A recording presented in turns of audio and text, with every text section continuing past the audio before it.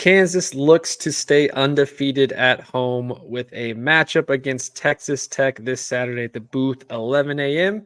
And we've got a quick game preview for you. Hey, what's good, y'all? It's your boy JD6 here. I'm with my man. Shout out to KC Sports Authority. Make sure y'all go check that podcast out, man. You heard the man.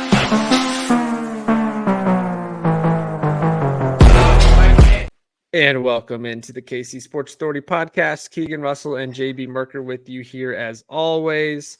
Game weekend for Kansas football. Big time matchup coming up, even though the name doesn't really sound exciting in the sense of what they used to be. Still a big time game with a much needed win for the Hawks this weekend. But before we get into that preview, just a reminder, you can find the podcast over on Spotify. You can listen to us there. Make sure you're following, checking us out, leaving us a 5-star review. If you're watching over here on YouTube, just real quick, hit that subscribe button. Help us get we're on our way to 250 subscribers. And the more of you that hit that subscribe button, the more support it brings to us and the quicker we'll get there. So please do that real quick. You can also hit us up on Facebook, Instagram, TikTok, and Twitter at KCSA Pod.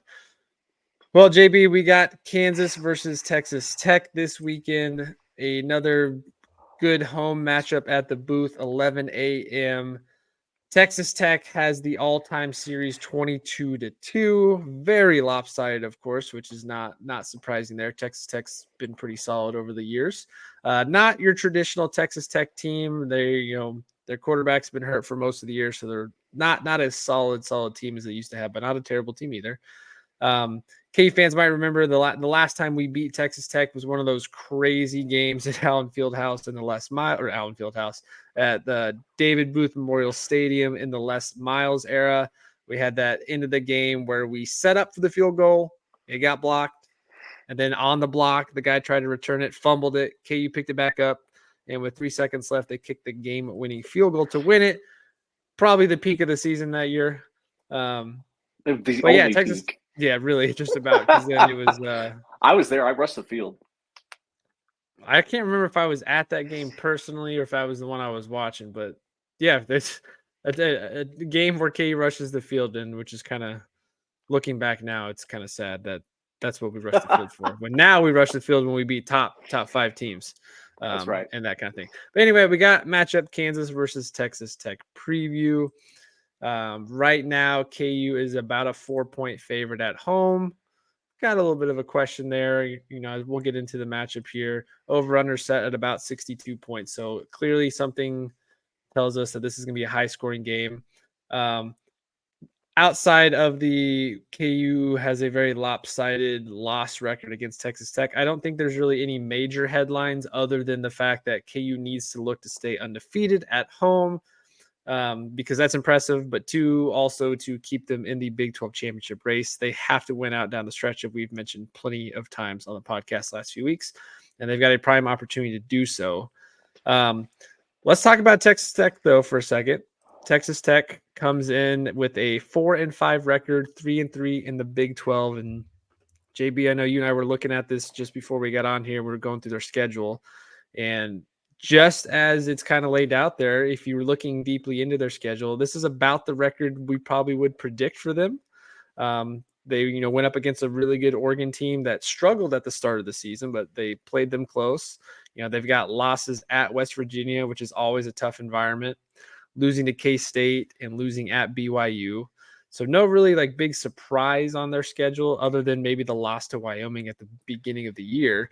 But before I kind of give the fans some of the ins and outs of how this game might go, what can you tell us about this Tech team? Is there anything that stands out to you from their previous matchups? Obviously we've already mentioned that they are to their backup quarterbacks. They don't have Tyler Shugg, who tore us apart last year. But what do you see coming into this game?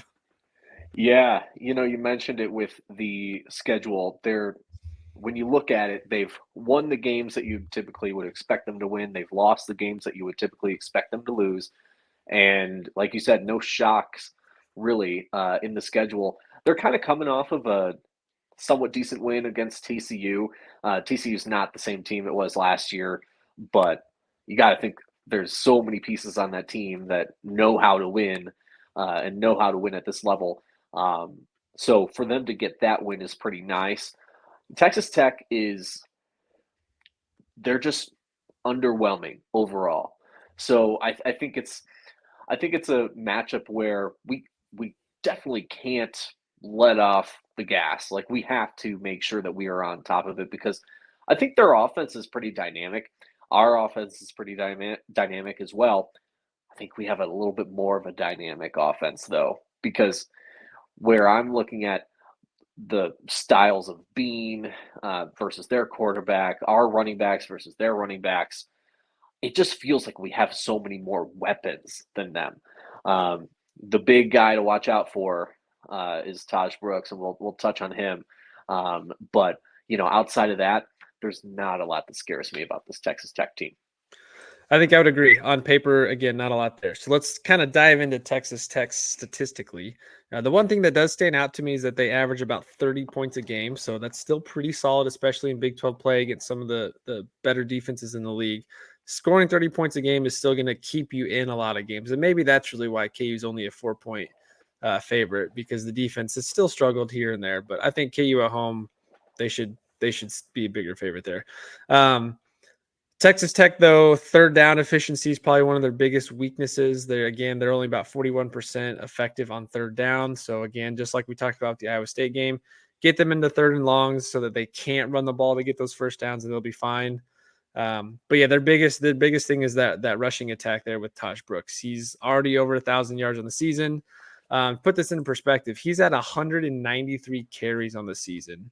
That's which nuts. is just, I mean, if you look at KU, Devin Neal and Highshaw are combined over 200, but Devin Neal's only like 130 something carries. So they give the ball to Taj Brooks a lot. He's got several games with 30 plus carries. He's averaging about 172 yards on the ground himself. And even in their losses, he's still getting 120, 130 on average. So he's the main focus, of course. They're going to run the ball 35 plus times. Ideally for them, they're going to run the ball that often, even if it's not just him. But as you look through that roster, I mean, it's pretty much the Taj Brooks show. Outside of that, statistically, there's not a whole lot of players that really stand out. I guess if you want to say they're effective at spreading the ball out. They've got two receivers with over 30 catches and one at the third at 27, and then a bunch of guys between 10 and 20 catches. So they do spread the ball out fairly well. Quarterback play, though, with Tyler Shugg going out early in the season, Baron Morton's been taken over. Averages about 62% completion, 6 yards a pass attempt, 10 touchdowns, 2 interceptions, sacked 9 times. Overall, his rating's been pretty solid. As I've kind of gone back and looked at a couple of games, he seems like a pretty decent game manager. He doesn't look like a guy who's going to go out and win you a bunch of games throwing. But it also doesn't look like a guy who's going to cost you a bunch of games either with his decision making. But yeah, this to me all kind of comes down to the Texas Tech run game, or in this case, what I'm calling the battle of the run games between KU and Texas Tech. But yeah, that's that kind of quick overview statistically. I wasn't able to pull up a bunch of defensive numbers as I was hoping on Texas Tech. Apparently, all the statistical sites now make it difficult to get the defensive stats you need. But I think the things that stand out to me there, other things, they've had 9 fumbles on the season, lost 4 of them. Their turnover ratio is -6, so that can kind of play into KU's favor there. But to me, this is about the battle of the run games. And JB, I think obviously we're biased because we're KU fans and we think we have the best run game in the league. We do. And I would agree. So take me into this run game matchup. What stands out about? Is there anything that stands out about Taj Brooks, or is there anything that stands out about KU's success lately in the run game to give you hope that we will slow him down? Well, I think what gives me hope is the fact that it's just one guy to worry about. I mean, he doesn't get tired. He's going to be out there for the entire game, and it's going to be something that we have to keep our eyes on.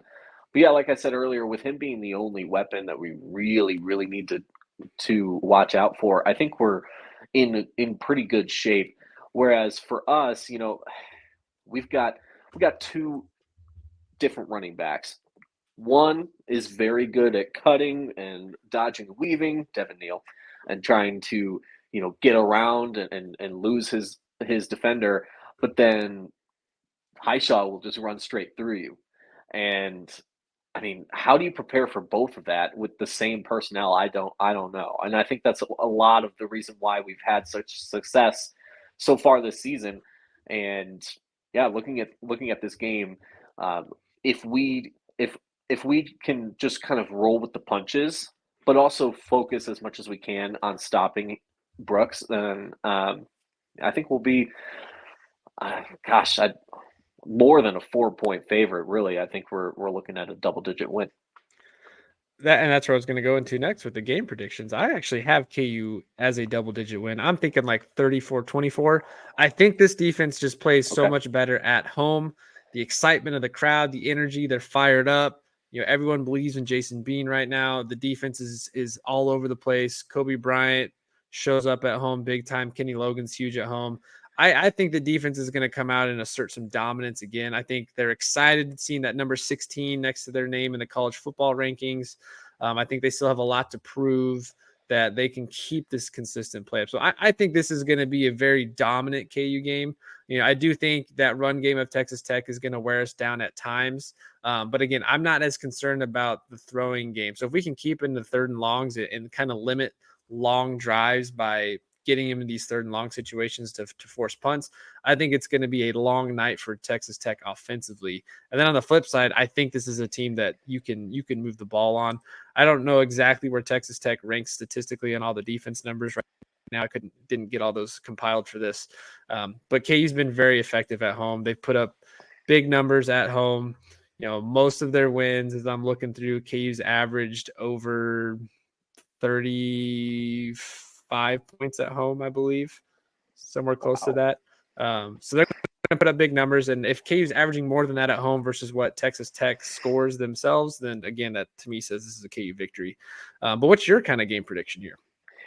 Yeah, it's just not going to be close. And I really hope I'm not wrong here, because this is one of the most confident games that I've ever felt going into, that it's going to be I'm not saying it's going to be this blowout victory, but man, I think we could hang like 48 on these guys.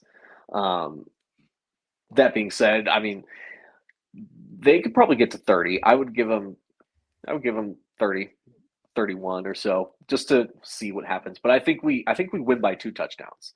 I think bare minimum. You got 48-31? I think I do. Okay, all right, that's a big time offensive game there. It's big, but there's things that we have to remember. Is we have beaten tougher competition at home. We are fueled up, fired up, and this is, like you said, it's a must-win game because we want to get to the Big 12 title game. But not only is it a must-win, it's like a should-win. And I think it would speak volumes about this program if we lose. So in that sense, yeah, it's a must-win, because I don't want to be embarrassed. This is a must-win because this is a should-win. And we haven't had a program like this where we have all these should-wins. But man, we have a chance to go undefeated at home. I'll be darned if it's going to stop. I'll be darned if Texas Tech is going to be the team to stop us. Let me ask you this then, since it's a should-win game, is there any worry of this being being the classic look-ahead game with K-State next weekend? I know there's a lot of people that want to say that. Personally, I don't think it is. I think Lance Leipold has this team, locked in, and I think they're focused. But if this was an example of one, this would be a classic look-ahead game where you're playing an inferior opponent because you're excited about the big-time matchup next week. I just don't buy into that. There's none of that in this program. Leipold is a better coach than that. You're absolutely right to point that out. We are going to be locked in. Leipold recently has been in the news about wanting to stay at Kansas until he retires. Pretty awesome news to hear. So I'm looking at this game like we're going to be locked in. We're going to be ready. We're going to win. I agree. And I think that's as simple as it needs to be. Go out and do the things that we do well, run the ball effectively, let that defensive line get into the backfield and wreak havoc. And this should be a hopefully stress-free game. I'm sure there'll be some moments here and there, but pack the booth. It's going to be another sellout. I know you'll be there. I'll be there. And Chris Yes, Tenpenny, sir. our other co-host here of the Aftermath, is coming up from OKC to come to the game. He hasn't been to a game in years, so that's exciting. All three of us will be there at different places in the stadium. But yeah, I think that'll do it here. Again, KU Texas Tech this weekend. I'm not too concerned about it. If we do what we need to do, I think this game will go just as we needed, and then we'll be sitting here next week having a fun conversation looking at KU and K-State. So just not as a look ahead, but let's look ahead to what's coming up for us next week. Sam Burt, who has been on a couple times with us now, former defensive tackle, he is going to join us next week to talk some K-State. We're going to have 2 different episodes next week. One just to talk with him about K-State in general and the rivalry and the back and forth and how this game is different, the magnitude of this game and all that. And then later in the week, we'll have our actual more official dive into the matchup itself and give out some game predictions there. So be on the lookout for that. So if you haven't yet, please hit that subscribe button so you can stay tuned for when those episodes drop and get notified when it does. But also a reminder, as the time you guys are seeing this, it's also game day for KU basketball, albeit against an inferior opponent in Manhattan of New York. Should be a blowout. But KU basketball season is back. And if you haven't yet, we've got 2 different preseason episodes for you that it's not too late to go check out. The first one, season overview, diving into the roster, looking at the schedule, making some bigger predictions on the season for accolades, that kind of thing. And of course, we've got our second one, which is more of a deep dive into the rotations and the minutes and the lineups. And I know we're already 1 game into the season, but there's still plenty of time to go check both of these out. Just to stay up to date with what's coming on for the season. Because once we get rolling here, we'll have a lot of basketball. I'm hoping we'll have a KU Kentucky preview before the big Super Tuesday matchup at the Champions Classic. So a lot of exciting stuff coming. And if you guys subscribe, then you'll be aware of everything that's coming out. So I think that'll do it for now. JB, let's go out and get a victory this weekend. What do you think? Let's do it. Rock chalk. Let's do it. Rock chalk.